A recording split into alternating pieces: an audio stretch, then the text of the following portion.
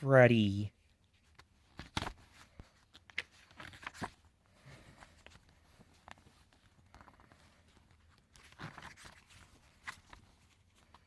This is a story about Fearless Freddy. Everyone had heard tales of Fearless Freddy. He thought he was the fastest engine in all of Sodor, but then Rheneas and Skarloey challenged Freddy to a race.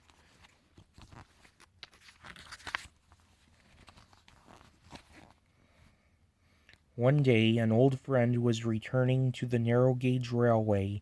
His name was Fearless Freddy. He was fast, fun, and fearless. Thomas brought Freddy to the transfer yards. "Hello, Sir Handel," wheezed Freddy. "Hello, Freddy," whistled Sir Handel. "I haven't seen you for years." "Fearless Freddy is back," puffed Fearless Freddy is back, puffed Freddy. "I didn't know you two were friends," peeped Thomas. "Oh, yes," puffed Sir Handel. "Freddy was the fastest engine in the hills." Suddenly, Rheneas and Skarloey raced into the yards. "I'm the winner," peeped Skarloey. "No, I am," wheezed Rheneas. "Who are you?" pouted Freddy. "We're the fastest engines in the hills," chimed Skarloey. "I'll show you who's fastest," boasted Freddy. "I'll race you down the mountain." Freddy was sure he was going to win. Freddy huffed and puffed up Freddy huffed and puffed up the mountain. It was harder than he remembered. "Flatten my funnel," he wheezed. "I used to be able to chuff up here in no time." Rheneas and Skarloey were waiting to start the race. Freddy puffed in slowly. "All right, Fearless Freddy," tooted Rheneas. "Ready, steady, go," whistled Skarloey, and they were off. Freddy was racing very fast, but soon he began to run out of puff. "Oh no, those young engines will bump my buffers," he chuffed as he slowed down. Suddenly Freddy had an idea. He remembered an old track. "The old Rocky Way," he thought excitedly. "No one will remember that now."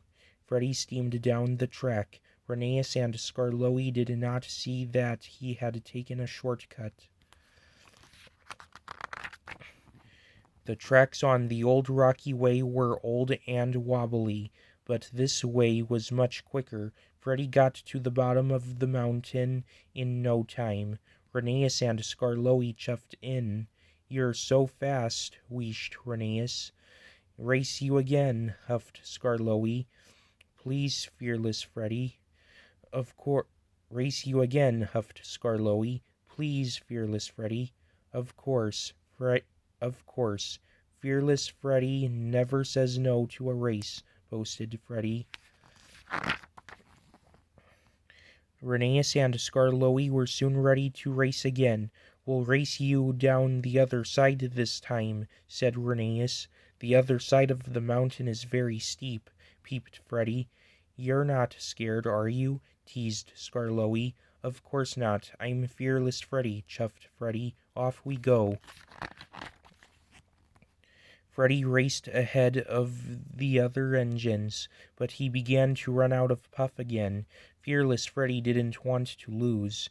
"I can take the craggy track and then I will win." So Freddy took another shortcut.